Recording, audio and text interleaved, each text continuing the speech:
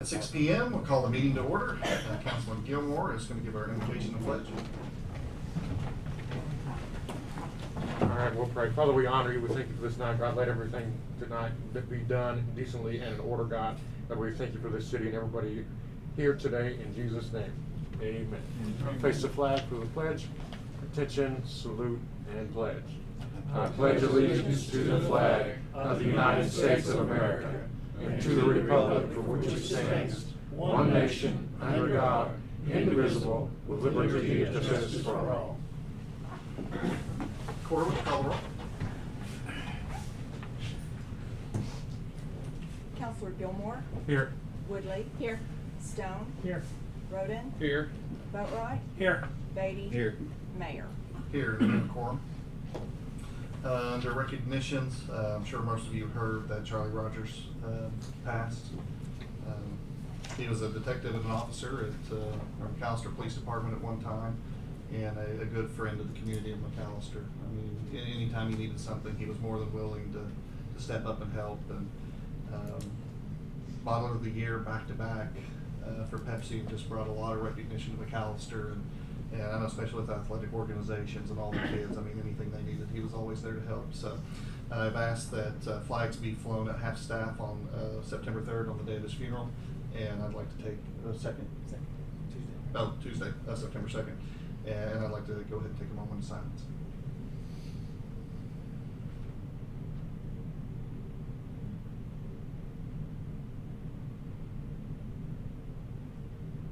Thank you. All right, we'll move on to citizens' comments on non-agenda items. Residents may address the council regarding an item that is not listed on the agenda. Residents must provide their name and address, and council requests that the comments be limited to 5 minutes. Mr. Bowden?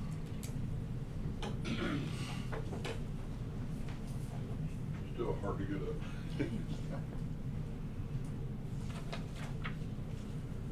Hello. Haven't seen you in a while. Of course, I've been gone. My name's Richard Bowden, and I've got a concern about a street light at Tandytown. I'd like to pose if you could see a picture for a minute. I was going west in the turn lane to go into Tandytown. You all with me? The light was turning. I was waiting on the light to turn. The light had already turned red, and a guy came barreling down the hill, ran the light, and a car nearly came out from Tandytown. If they'd have jumped the gun, they'd have hit him. And we were right in the first car, and we thought, man, if he had hit him, we might have been involved in it too. But and I called the PD to see if there was a camera there, just because I couldn't tell. And that was just a concern I had. That have you all had very many wrecks there? I know it's not on the agenda item. Officer Gamble, do you know very many wrecks they've had there? Have they? Yes, sir. I didn't know, but if they have a wreck there, I mean, if a camera was there, I don't know if you could, I don't know how that works. I'm not, I know Officer Gamble said that there had been several wrecks there, but I don't know how a camera would help at all unless it was to prove that somebody would run the red light when they weren't supposed to. I don't know. That's just a concern I had, somebody to talk around it or whatever. And is Tommy here? No? Yeah, Yeah, Tommy, thank you for putting those cones up. no problem. Appreciate it. That's all I had. And I'm gonna save my minutes for another day. Thank you. Thank you, that's all I've got. Do you have anybody who's not on the agenda or sign-up sheet? Okay. We'll move on to consent agenda. All matters listed on the consent agenda are considered to be routine by the city council and be enacted by one motion. There will not be separate discussion of these items. If discussion is desired, that item will be removed from the consent agenda. It will be considered separately. I will tell you, we're gonna go ahead and pull item D to bring back later. Did you say D? D is in dog. So the consent agenda would be items A through C and E through F. Would anybody like anything pulled? Seeing none, I'll take a motion to approve items A through C and E and F. Motion, Counselor Beatty, second, Counselor Boatright. Corge, you call the roll.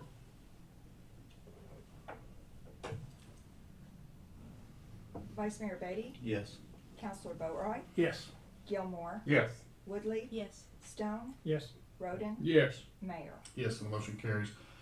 We have a guest on item 4, so we're gonna bump item 4 up first. So item 4 is presentation and acceptance of the actuarial funding report as of July 1st, 2025, and the GASB financial reporting statements of June 30, 2025 for the City of McAllister Defined Benefit Retirement Plan and Trust. Good evening, ladies and gentlemen, and Mr. Mayor, members of the City Council. I'm Bruce Nordstrom. I'm the actuary for the pension plan. I'm here to present the funding and GASB reports for the plan. And in a nutshell, the news is very good. For the first time in all the years I've been working with this plan, you're almost at 100% funded. There's several different ways to measure that. In one way, you're 97.4, in another way, you're 101.3, but for all intents and purposes, you are about 100% funded in the pension plan. So it's been a long slog to get there. The plan's been frozen for 12 years. We're finally there. The minimum contribution for the current year is down from last year's 414,000 to 355,000. Sorry, 355. And next year will drop precipitously after that because we've amortized the last of the old funding basis. Participant count continues to drop as it has to. If you look at page 3, it's in your packet on the funding report. Highlights of the report, you've got almost 15 million in assets. Market value, we use a smooth value for funding, and the smooth value is 14.4 million. And then the liabilities are kind of right between the two at 14.7 million. You've paid off about $1.2 million in benefits per year, so the liability number is going to continue to kind of coast downward. The assets have been stable for 5 years, mostly because of good returns and somewhat aggressive funding. So from a standpoint of the plan, staying fully funded, it shouldn't be a problem to keep it right in that 100% area. I'm going to go through this kind of quickly, but if anybody has any questions, blurt them right out. I don't get points for finishing fast. I do get points for finishing with everybody understanding what I say. Doesn't always happen because I'm an actuary, but it is what it is. If you look at page 7 of the report, the funding report again, it shows kind of a 5-year history. You can see the liability trending downward from 17 million in 2021 down to the 14.7 number this year. The assets have usually been either just below or just above 14 million. This year they're a little higher than that. Returns have been good basically 3 years in a row, as that's helped to get the funding up. We've also had liability gains as some of the participants with large benefits have passed in the last few years. On page 10, we go through the mechanics of the contribution requirement. Use a requirement, but it's actually not a required contribution. It's voluntary by the city, but I would encourage you to continue making the funding contributions because it's easy to fall out of 100% funded if you get bad returns in the market. It's happened in the past. Don't want it to happen again. It hurts your CAFR and your financial statements if we can't demonstrate that the plan is going to be fully funded at any point when benefits come due. So making a little more in contributions this year, probably next year and the year after, will help keep you above 100% for all future years. That's all I have on the funding report. I'll pause for questions here, and then I'll go on to the GASB report. Any questions on funding? You talked about reducing that contribution some. Do you have a rough estimate of what that would be? It could go down, if you wanted to cut it all the way to bare bones, it could go down to as low as 15 or 20,000. We'll know better next year when we know what the results are of the current year's investment returns.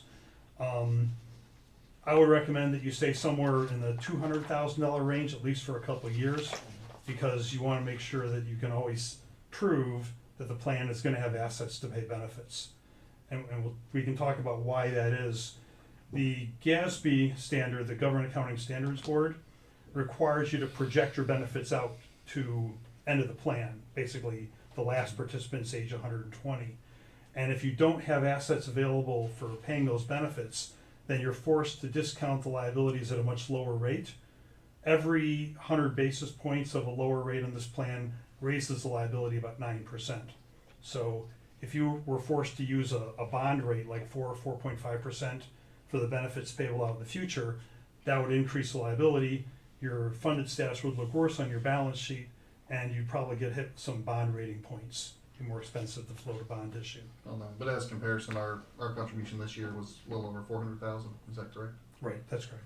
So Yeah, so you theoretically, you could go from 400 to 20, but be better, but our budget Yeah, could look a couple I'm not gonna 100,000. pretend I understand how the budgeting for the city works, cause you know, my focus is very narrow. Yeah. But you've got spending priorities, you've got, you know, other obligations that you need to satisfy, and this is just one of them. But you've got flexibility as to what you can do. My recommendation would be to keep the contribution level higher, at least until you get more of a cushion. Right now, your cushion is razor thin. Yeah. One bad year and you'd fall out of full funding. You'd like to have a little more safety there, a little less risk, a little more flexibility in the future. So, appreciate it. That would be my recommendation. The GASB report is very similar to the funding report. The liabilities are identical, the assets are identical. The difference is that the presentation of numbers in the GASB report is very different. The vocabulary is different. I won't spend a lot of time on it, but just conceptually, the expense that you recognize on your balance sheet under the GASB rules is the change in funded status from year to year, but you're allowed to defer recognition of certain gains and losses. Asset gains and losses over 5 years, experience, mortality, retirement, termination, etc. Over what happens to be 1 year now. It's the average future working lifetime of your employees, but it includes retirees as zeros, so the average is actually 1 year. So a lot of the words and a lot of the numbers in this report just back into how those things are amortized, how they're deferred, but you're actually generating pension income this year. Your liability is now positive, you've got more assets and liabilities, and the income was a couple $100,000. It was 146,000, and we expect that to be 258,000 next year. Pension income, you haven't had that in a long time. We won't know for sure until we get to the end of the year, because we have to measure that at 12/31. But that's the GASB report. Also good news, and the plan on the GASB basis is slightly overfunded, because it uses market value assets. So questions on that? Any questions on anything on the pension plan? Okay then, thank you very much. Thank you. I thought he wouldn't, I didn't think he was through. On what we were talking about earlier, you told me I needed to talk to the attorney about. Yeah, a question about a plan provision that was changed years ago. I'm sorry, John, I threw it at you. That's okay. It's more of a legal issue than an actuarial issue. There was the drop plan was amended and changed.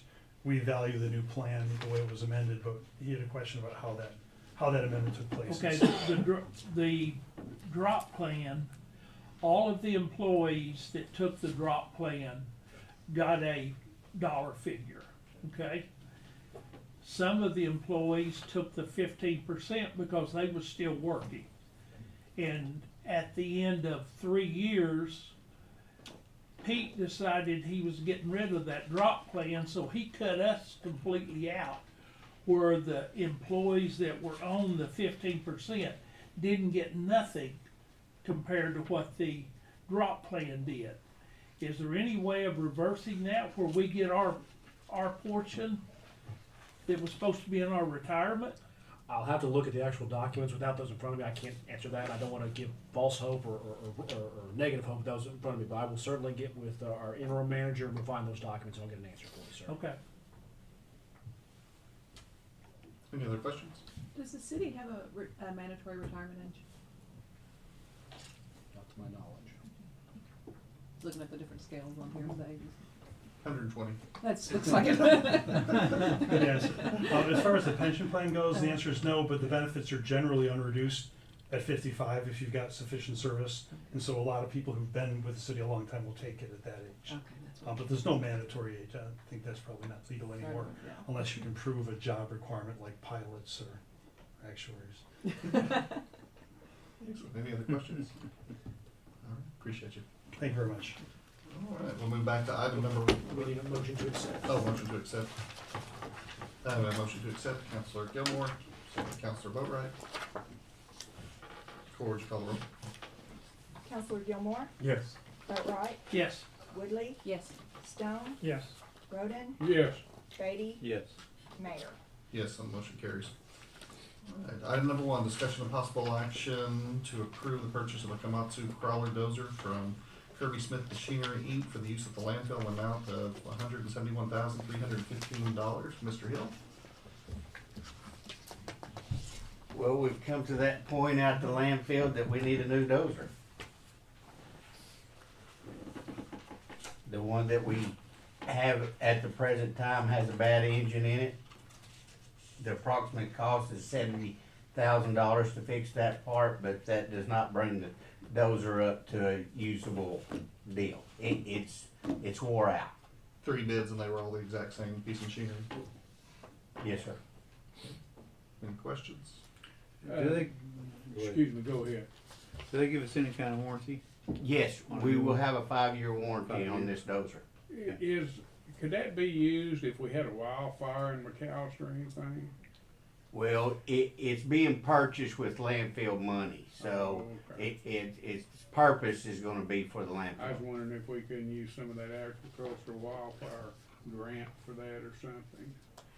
If it could have been used for that, but if it can't be used for that. Yeah, that money's more earmarked specifically on the grant. Any Do other- we- Go ahead. Do we have the money for this dozer? Yes, Miss Sherry Swift has made sure we got the money for the dozer. Okay. You have to come up. We don't have a handheld microphone yet. I can holler. It's for the people at home.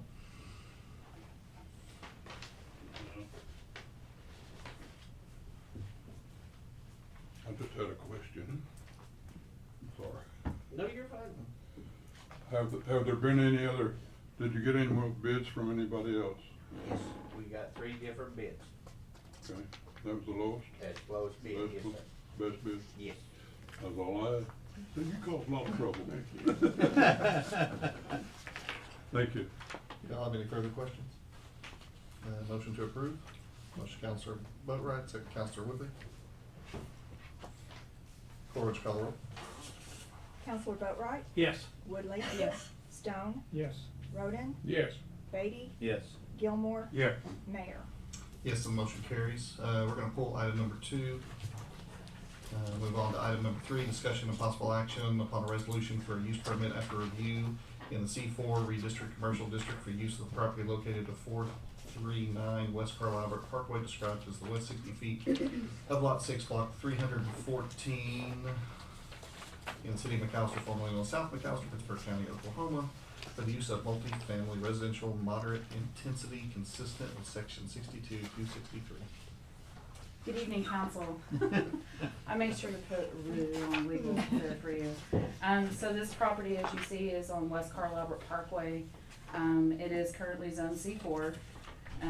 It had previously been used as a child care facility, center, learning center, and has been closed probably over a year. I think it was in April 2024.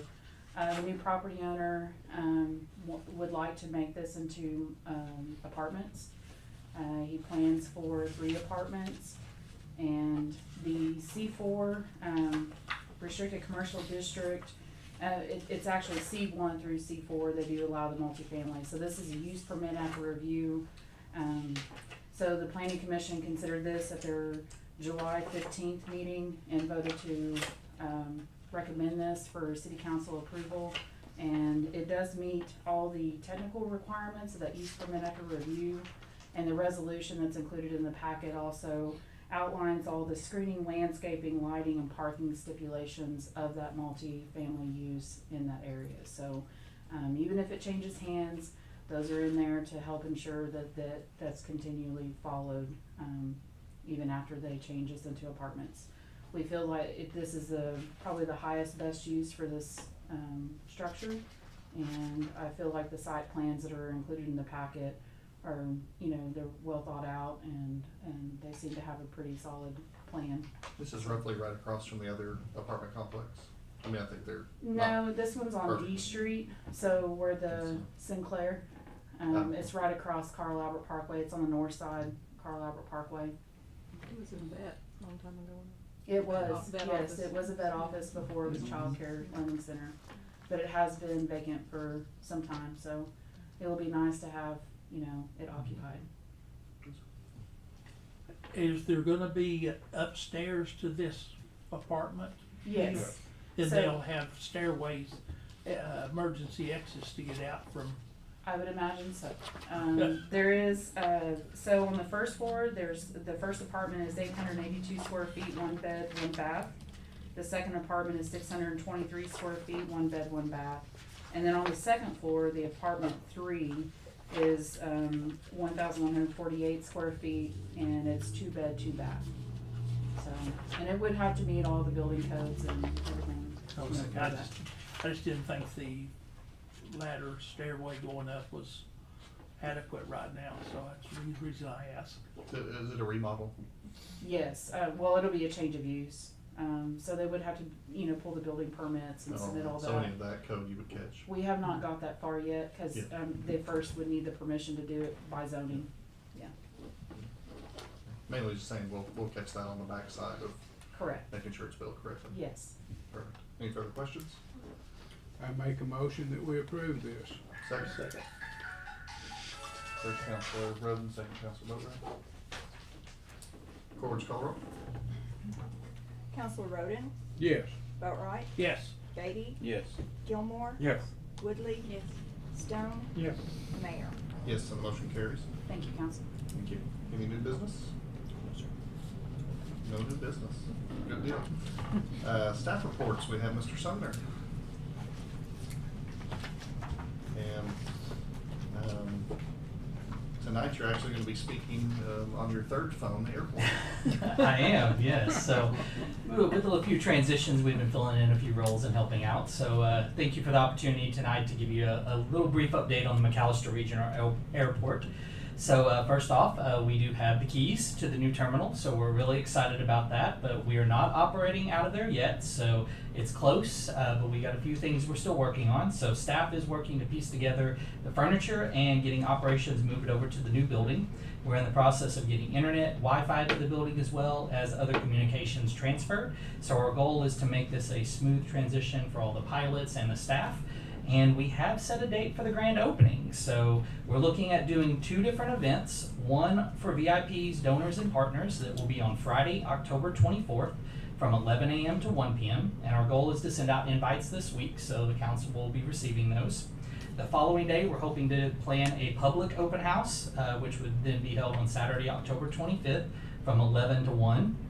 And the public will have a chance to come out and view the new terminal. We'll hopefully have some small activities and events for them to participate in as well. And as we plan more of that out, I've got a meeting tomorrow with the Airport Advisory Board to talk about the time capsule and other aspects that they can help with. So as more details come, we'll happily share those with not only the council, but the public as well. Last Thursday, October 21st, I was honored to attend the ODAA meeting in Oklahoma City, where the committee approved our grant application for the rehabilitation of the taxiway and the airport lighting project. And that was a project which the council had voted on and voted to pursue during the July 22nd council meeting. So I was asked to get up and give a few words on behalf of the city. And I extended our thanks and appreciation for the project and also the partnership and investment in not only our region and community, but also our airport. We hope to start that project sometime in November, and once the complete timelines are set, the overall project will take roughly about 4 months. So that's going to depend on weather and permitting and where we can stand to start the project. Lochner told me it could be as late as early spring, but they're hoping that with Oklahoma weather here in the southeast, we might be able to do some work in December as well. So since I've been out at the airport, I can personally say it's much busier than I think people really anticipate. From small planes and helicopters to large jets, dignitaries, celebrities, flight schools, medical staffs, doctors, private individuals taking trips, or just even aviation enthusiasts, there's always someone taking off or landing at the airport. So one of the things, going just back to my tourism roots, I decided to put that into perspective because I was curious, and so I used our visitation data that we use from Placer that we measure our local events on, and I pulled some numbers to the airport that I thought I would share with you all tonight. So in 2022, there were 6.4 thousand visitors to the airport. In 2023, we increased to 7.8 thousand. In 2024, the number increased again to 9.5 thousand. And already this year, there's been 7.3 thousand visitors to the airport. So looking at those numbers, I think it definitely shows the investments that we as a city and you as a council are making to the airport is really paying off. And I'm confident we'll continue to see those numbers rise. I have to say, one of the things that I've been extremely impressed with is the staff at the airport. The team there takes great pride in the service that they provide and the overall impression that people have not only of the airport, but also the city when they fly in. And I can't honestly say enough great things about them. So they work hard, they're extremely dedicated to the airport and to the city. So J.W. Hightower, T.J. Kearns, and Jason Fender, I wanted you guys to know their names, to recognize those, and just for me to tell them my thanks and appreciation for the work that they've been doing, because we're lucky to have them out there. And speaking of staff, I am happy to say that we have hired a new airport manager as well. So, and I firmly believe he will continue our great service and push for great things at our airport. And he's here tonight, so I'd like to ask him to come up and introduce himself to you all. So please welcome Mr. Eric Susky. Council, I'm not, it seems like the fourth time I've been up here, so, under newer circumstances, but I'm very excited about this opportunity. I was out today as my first day after the in-processing and everything else, and I echo everything that Billy said. The staff is amazing. The new terminal is going to be amazing. We're really going to do some great things with this airport. Thank you for this opportunity and this challenge, and I hope I can knock it out of the park for the city of Mount Callister. You all have any questions or? Well, thank you guys. Going easy on Well, you. I'd like to say a good job to the board of trustees out there for building this new thing. They put a lot of hard work into it. I had a chance to tour it a couple of weeks ago, and it is a really, really nice facility. Jeff We're gonna be very was proud of it. impressed. A lot of hard work. Tried to get Jeff to apply for that job. Said he's too old. And too busy. Yeah. No further questions. We'll move on to the interim city manager's report. The report is part of your package. The only thing that's new on that report is probably my name. Adrian has done a good job of putting everything together, all the information that he normally provides to you is in there. The city is, I'm hoping to continue the city's progress. That's my personal challenge to myself.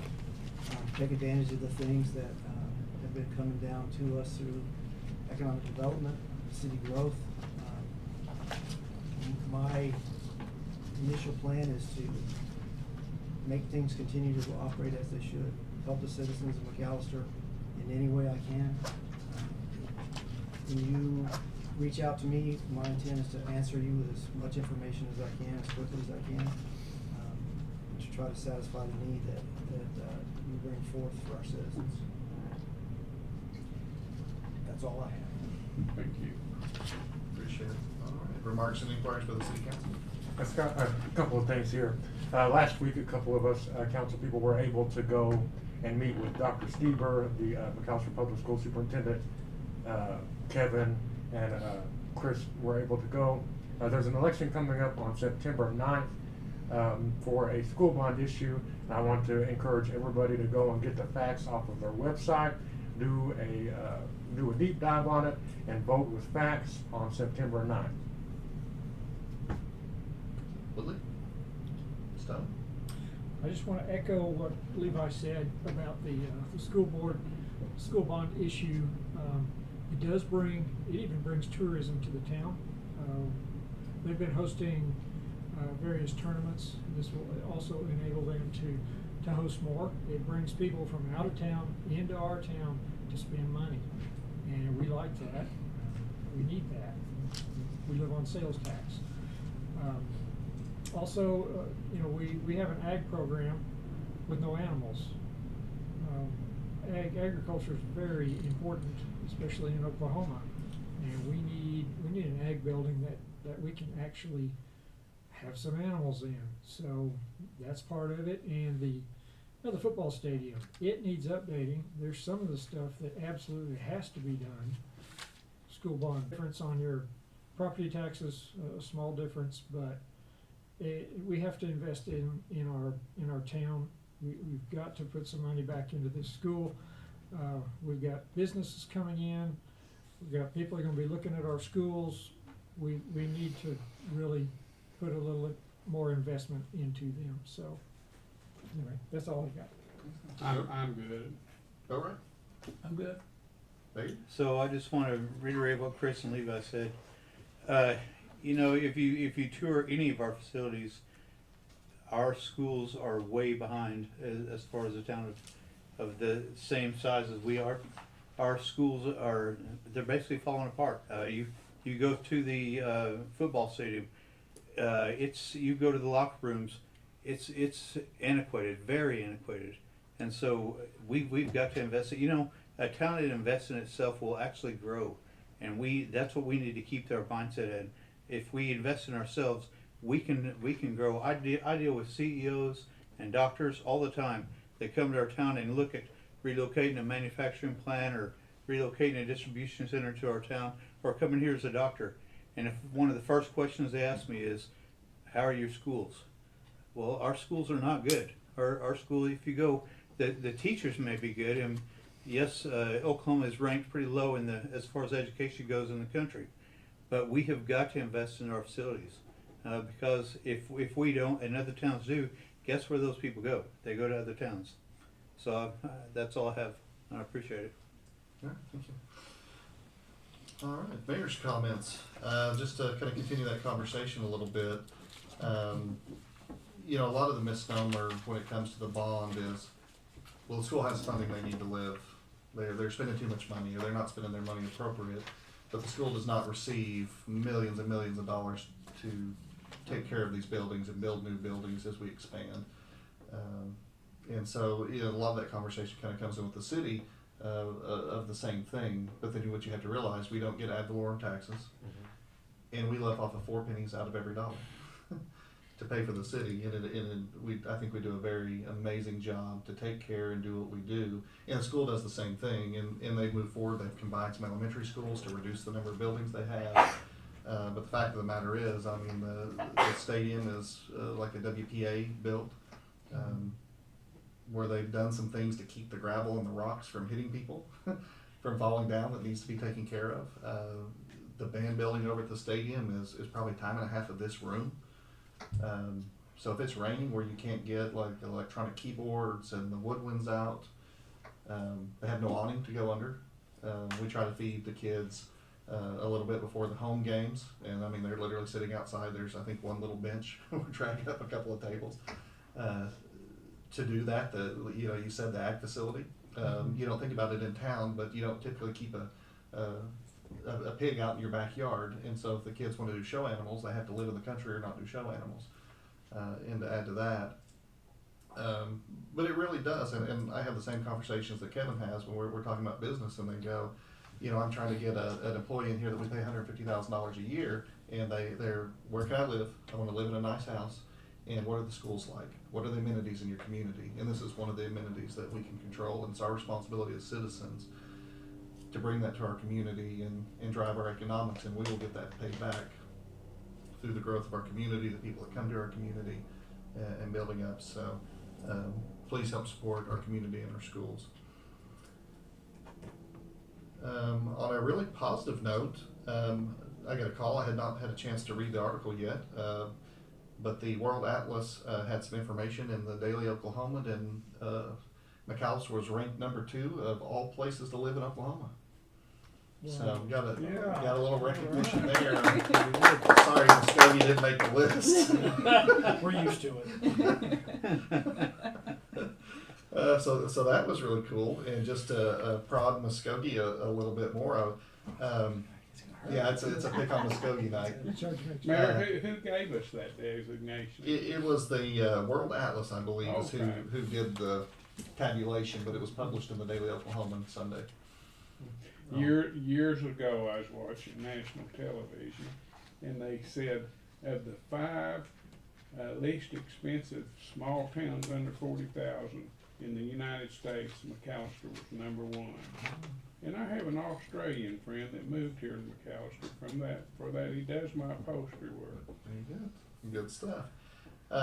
So you might remember Aubrey Bailey, who was Muskogee's Miss Teen, and so she's McAllister girl who represented Muskogee. Well, she actually has bumped up into the Miss competition, and she just won Miss Tulsa. And so you've got a McAllister girl that is going out there and beating hometown girls in other places. So I thought that was pretty cool to go. So McAllister's just showing up on the map. And talking about the schools back in session. Please watch the school zones, the crosswalks. Sometimes we've got kids walking to school early. May not be quite light yet. Days are getting shorter, so just be aware there.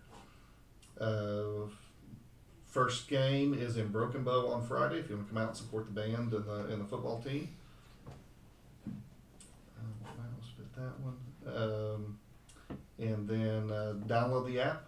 We're still doing trying to identify our potholes. I think we're up to 87. So I don't know if we don't have very many participants or we don't have very many potholes. So which one? You can argue about which one it is. I'm saying potholes. It's probably, but the app's amazing, and the more I talk about this, and people go, "You have an app," and they're really surprised to see how easy it is to report things from us. We want to fix our community, we want to make things better, but sometimes we just don't know about the problems. So if you can help us identify the problems, we'd really like to try to take care of them when we can. We've got some different positions that we need to fill in house. Probably like to call a special meeting sooner than later. Just to give Ken some direction and visit about what our vision is and kind of where we want to go and where our thoughts process is, since everything's kind of been a little bit of a whirlwind lately. So just kind of keep an eye out on the email for that. And finally, just really want to say a special thanks to Ken for stepping up. It's really been a pleasure to work with you, and you just taking the bull by the horns and been knocking stuff out and getting after it. I told you I'd give it my best effort every day. Yeah, no, you absolutely do. The amount that you fire emails back at me, you have made me go, well, maybe I should be careful for what I wish for. Yeah, a lot of times Ken and I's conversation ends with, okay, only one of us should be working this late, go to bed. It's fun. Yeah, Enjoy. no, so we really appreciate you stepping in and helping us out. With that, go ahead. Tried Methodist today. So- Oh, yes, we had the ribbon cutting on the Choctaw Head Start daycare today. So Chief Chief and Robert Carr District 11 and a lot of other tribal counselors were there and came to the community, and really good time, and just to see what they put together, amazing facilities that they've added.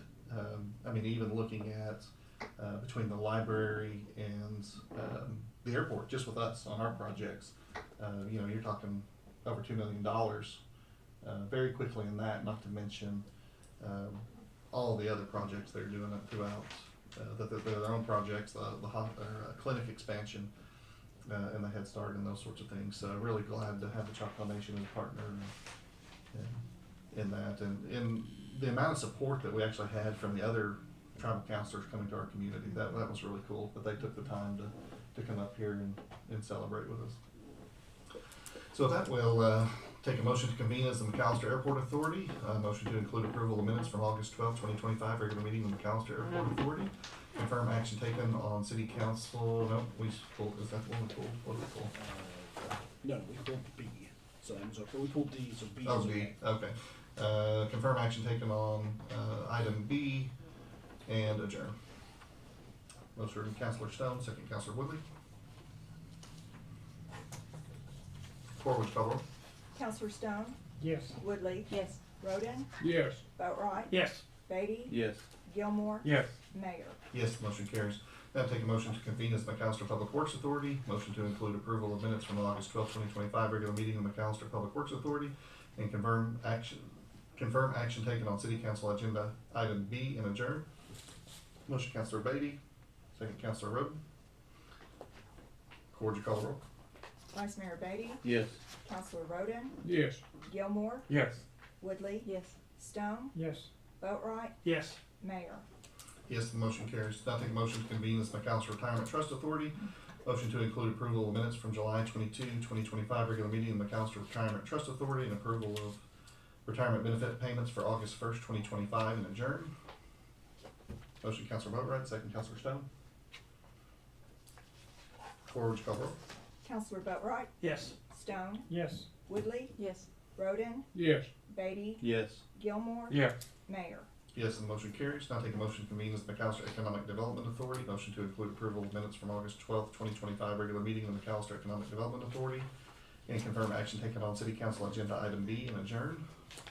Motion, Councilor Beatty, second, Councilor Gilmore. Corge, call roll. Vice Mayor Beatty, Yes. Councilor Gilmore, Yes. Woodley. Yes. Roden, Yes. Stone, Yes. Boatright, Yes. Mayor. Yes, and the motion carries. We'll reconvene the council meeting. I remind you to help us control the pet population, have your pet spayed or neutered, and we are adjourned.